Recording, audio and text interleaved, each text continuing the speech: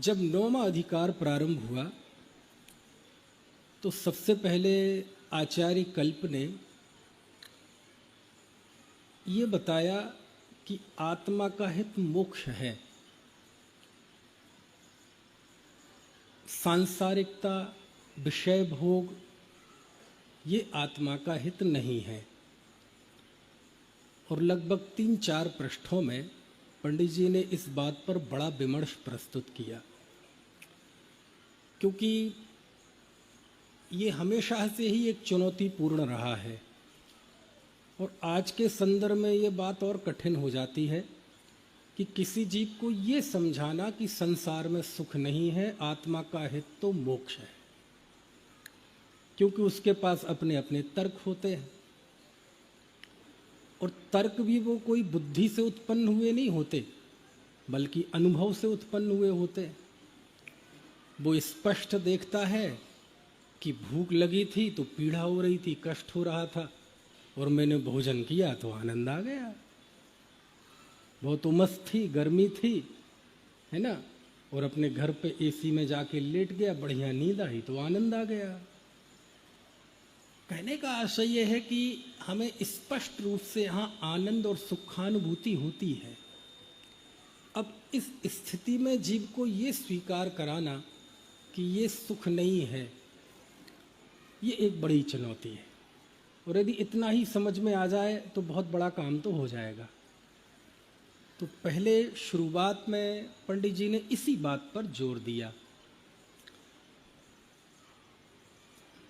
क्या बात है, मुझे पता है रात्रि के 9 बजने वाले हैं, आप भी दिन भर के थके हुए हैं, इसलिए मैं ज़्यादा सूक्ष्म चर्चा नहीं करूंगा, एकदम पर्याय से भिन्न। पता चले आत्मा तो पर्याय से भिन्न नहीं हुआ, आप और हम भिन्न भिन्न हो गए। होता है थोड़ा, सब मनुष्य है, थोड़ी सी शरीर में क्लांति आ जाती है। लेकिन आप तो मेवाड़ के वीर हैं भाई, हैं, राजस्थान की भूमि, वीरों की भूमि। राजस्थान का आदमी बड़ा स्वाभिमान में रहता है, बोले हम तो स्वाभिमान के लिए जीते, हम तो बात बात पर जान दे देते हैं। मैंने कहा हमारे यूपी आओ, बात बात में जान ले लेते हैं। है?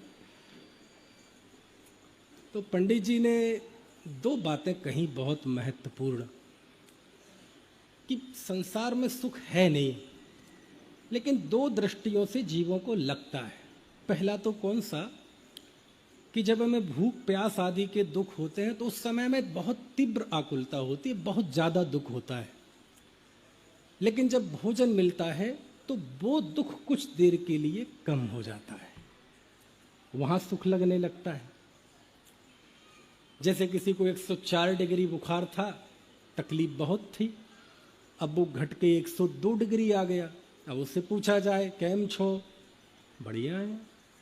अब यहाँ बढ़िया है का मतलब बढ़िया कुछ नहीं है, बस जैसी ज़्यादा आकुलता थी अब वैसी नहीं है।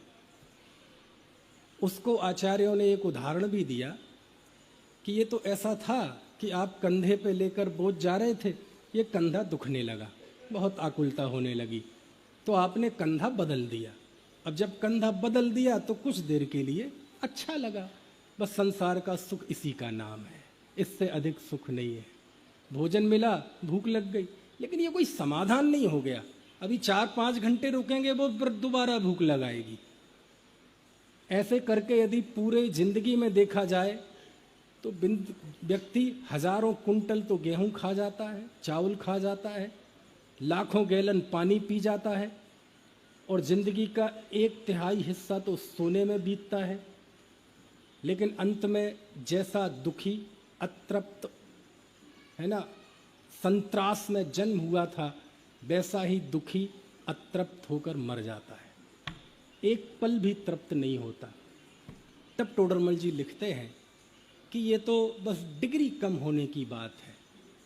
और दूसरा उदाहरण उन्होंने ये दिया कि कभी कभार व्यक्ति को दूसरे की अपेक्षा भी सुखी कहा जाता है। दूसरे का कैसे, कि वो स्कूटर चलाता है, वो स्कूटर से ऑफिस जाता है, तो कहते यार इन झोपड़पट्टी वालों से तो सुखी है। वो ऐसे तुलना करके उसे सुखी दुखी का व्यवहार होता है। परमार्थ से इसमें दुख है नहीं। जहाँ आकुलता है, जहाँ बेचैनी है, वहाँ सुख नहीं हो सकता। ये तो दुख की ही डिग्रियाँ कम ज़्यादा होती रहती हैं। इसलिए आत्मा का हित तो जहाँ पूर्ण निराकुलता है, वह निराकुल अवस्था, वह मोक्ष, वही सुख है।